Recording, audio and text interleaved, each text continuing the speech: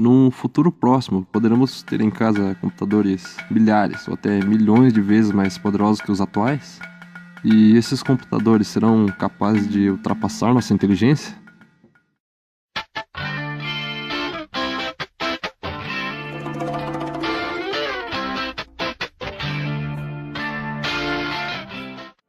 A computação quântica é a ciência que estuda as aplicações das teorias e propriedades da mecânica quântica na ciência da computação. Dessa forma, seu principal foco é o desenvolvimento do computador quântico. As leis da física para objetos menores que um átomo são um pouco diferentes daquelas que estamos acostumados no dia a dia. No mundo subatômico, as partículas ganham ou perdem energia de maneira quantizada, em pequenos pacotes de energia. Um único pacote é chamado de quantum, e vários pacotes são chamados de quanta, plural de quantum. Um quantum de luz, por exemplo, é chamado de fóton, a menor porção possível de energia luminosa. Outra propriedade das partículas subatômicas é que elas podem assumir estados diferentes simultaneamente, até que um observador determine o seu estado atual. Os nossos computadores baseados na física clássica trabalham essencialmente com dois estados, representados por 0 e 1. Cada um desses algarismos, 0 ou 1, são chamados de bits. Em um computador quântico, uma partícula poderia assumir o valor 0, 1 ou ambos. Esses valores são chamados qubits. O simples uso dos qubits pode aumentar exponencialmente a capacidade de processamento de um dispositivo. A pesquisa para o desenvolvimento da computação quântica iniciou-se na década de 50, quando pensavam em aplicar as leis da física e da mecânica quântica nos computadores. Em 1981, em uma conferência do MIT, o físico Richard Feynman apresentou uma proposta para a utilização de sistemas quânticos em computadores, que teriam então uma capacidade de processamento superior aos computadores comuns. Já em 1985, David Deutsch, da Universidade de Oxford, descreveu o primeiro computador quântico, uma máquina de Turing quântica. Ele simularia o outro computador quântico. Depois de Deutsch, apenas em 1994, houve notícias da computação quântica, quando em Nova Jersey, o professor de matemática aplicada, Peter Shor, desenvolveu o algoritmo Shor, capaz de fatorar grandes números a uma velocidade muito superior aos computadores convencionais. Em 1996, Love Grover desenvolveu o SpeedUp, o primeiro algoritmo para a pesquisa de base de dados quânticos. Nesse mesmo ano foi proposto um modelo para a correção do erro quântico. Em 1999, no MIT, foram construídos os primeiros protótipos de computadores quânticos, utilizando montagem térmica. No ano de 2007 surgiu o Orion, um processador quântico de 16 qubits, que realiza tarefas práticas. Ele foi desenvolvido pela empresa canadense D-Wave. Em 2011, a D-Wave lançou o primeiro computador quântico para comercialização, o D-Wave One, que possui um processador de 128 qubits. Porém, o D-Wave One ainda não é completamente independente. Ele precisa ser usado em conjunto com computadores convencionais. Para imaginarmos as aplicabilidades e tamanho poder computacional, temos que ter em mente o tamanho do poder da computação quântica. Cogita-se que os computadores quânticos são centenas de milhares de vezes mais poderosos que todos os PCs e notebooks que existem atualmente juntos. Então, um computador quântico poderá resolver em meses problemas que computadores comuns levariam bilhões de anos para resolver. Veríamos mudanças inacreditáveis e até mesmo imprevisíveis no mundo em que vivemos. Com o computador quântico, poderíamos criar uma inteligência artificial que superaria a nossa em milhões ou até bilhões de vezes. E as aplicabilidades disso são incomensuráveis.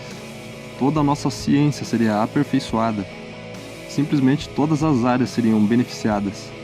É praticamente impossível listar todas as coisas que conquistaríamos com a criação do computador quântico, até porque as conquistas seriam, de certa forma, ilimitadas. A tecnologia dos computadores quânticos, porém, está ainda bastante longe de chegar até nós. Primeiramente porque alguns pesquisadores ainda duvidam da sua viabilidade. De maneira geral, por conta da dificuldade em se verificar por erros nos cálculos dos processadores quânticos. A aferição de erros é uma tarefa que todos os computadores fazem. Às vezes, por interferência elétrica ou magnética, o valor de um bit acaba sendo alterado. E se o computador não percebe isso, pode ter problemas que vão desde a perda de informações até uma tela azul.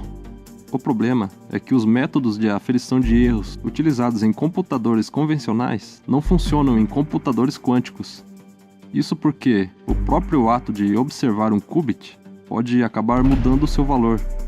A IBM, por exemplo, vem investindo em maneiras de verificar por erros em processadores quânticos, mas o processo ainda é lento. As condições externas nas quais os processadores quânticos operam também são um obstáculo. Como eles são muito sensíveis, eles precisam ficar em ambientes extremamente isolados de interferências elétricas ou magnéticas. Além disso, eles dependem do efeito de supercondutividade, que só ocorre em temperaturas baixíssimas. Por isso, eles só funcionam em temperaturas próximas do zero absoluto, ou seja, menos 273 graus, algo bastante difícil de se atingir.